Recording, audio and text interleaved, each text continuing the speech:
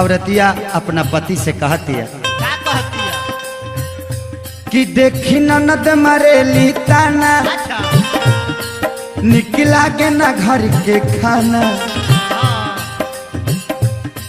तहरा त बुझाता न राजा, कैसे रहेली घर में जनाना। ए ततहु से शादी करके, ततहु से शादी करके हम ता पछतात बानी हो, कि तुह से शादी करके हम ता पछतात बानी हो। पापा के बोला के नैहर जात बानी